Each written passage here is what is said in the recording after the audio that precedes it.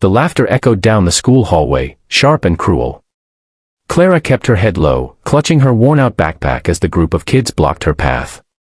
"Hey, look at her boots," one sneered. "Straight from the cow pen." Another wrinkled their nose and said, "I bet she smells like pigs."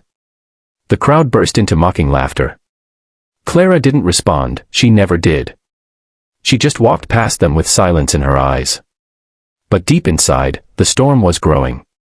What they didn't know was that Clara, the quiet farm girl they laughed at every single day, was not someone they should be mocking.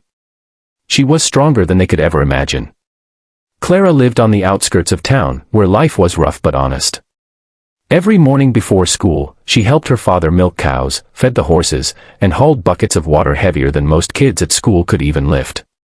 Her hands were calloused, her arms strong, and her patience endless. But farm life wasn't the only thing that made her tough.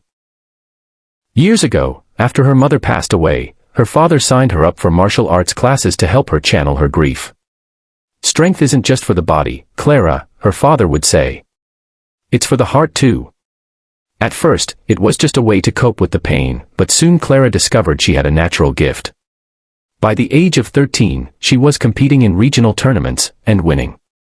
Quiet at school, yes, but in the ring, she was a storm. Still, Clara never told anyone at school. To them, she was just the farm girl, the shy kid who wore second-hand clothes and carried homemade lunches. The bullies, led by a girl named Madison and her loud group of friends, made her life miserable. They mocked her every day, throwing her books on the floor, pushing her shoulder in the cafeteria line, calling her cowgirl. Clara bit her tongue and endured it. Fighting back wasn't her way, at least, not outside the mat. She believed what her coach had drilled into her. The greatest fighter chooses peace first. But peace became harder to hold onto when the cruelty grew sharper. One Friday afternoon, things reached a breaking point. Clara was walking home when Madison and her friends followed her down the street. "Hey farm girl," Madison shouted. "Where's your tractor? Did it break down?" They laughed, circling around her. Madison suddenly shoved Clara's backpack, spilling her notebooks and pens into the dirt. Clara bent down quietly, trying to pick them up, but Madison kicked one of her books further down the road. "Oops," she smirked. Clara's fists tightened. Her father's words rang in her head, "Strength isn't for hurting, it's for protecting." She took a deep breath and picked up her things without a word. That silence enraged the bullies even more. "What's wrong? Cat got your tongue?" Madison mocked. Clara just kept walking, her chest heavy with anger and shame. That night, Clara sat in her room, her medals and trophies lined up on the shelf behind her. She stared at them, wand. The laughter in the school hallway was sharp, cruel, and relentless. Clara kept her head down, clutching her old backpack, hoping to just make it to class without another scene. "Look at her boots," a boy shouted, pointing at the muddy shoes she had worn straight from the farm. "Did you come here to shovel hay or go to school?" Another girl chimed in, "Bet she doesn't even know what shampoo is." The group burst into laughter. Clara's cheeks flushed, but she didn't reply. She had learned long ago that her silence only fueled their mockery, but she also knew something they didn't. Clara wasn't weak. She wasn't timid.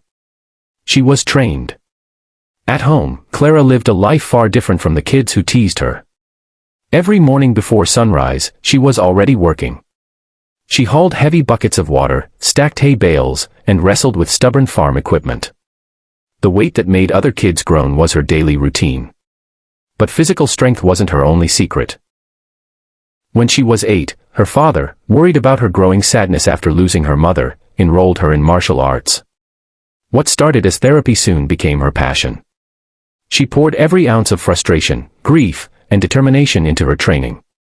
By the time she was 15, she had already won state-level championships.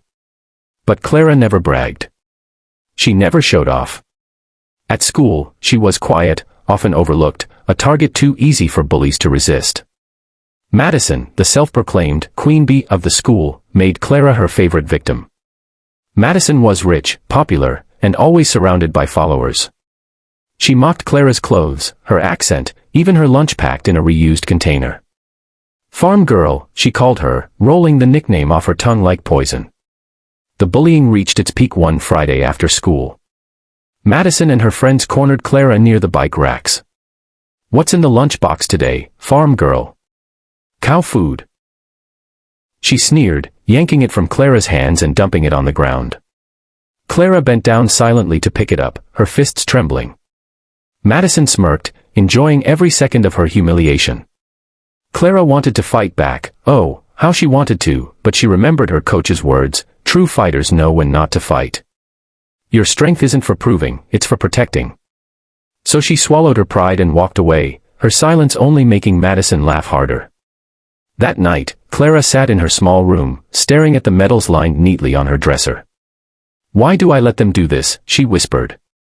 She could take down opponents twice her size in the ring, yet she couldn't find the courage to stop a group of school bullies. She felt torn between the discipline her father taught her and the fire burning inside. But deep down, she knew her moment would come. She just didn't know when. The chance arrived a week later. The school was hosting its annual charity fair, and one of the events was a martial arts demonstration sponsored by a local dojo. When Clara's name was announced,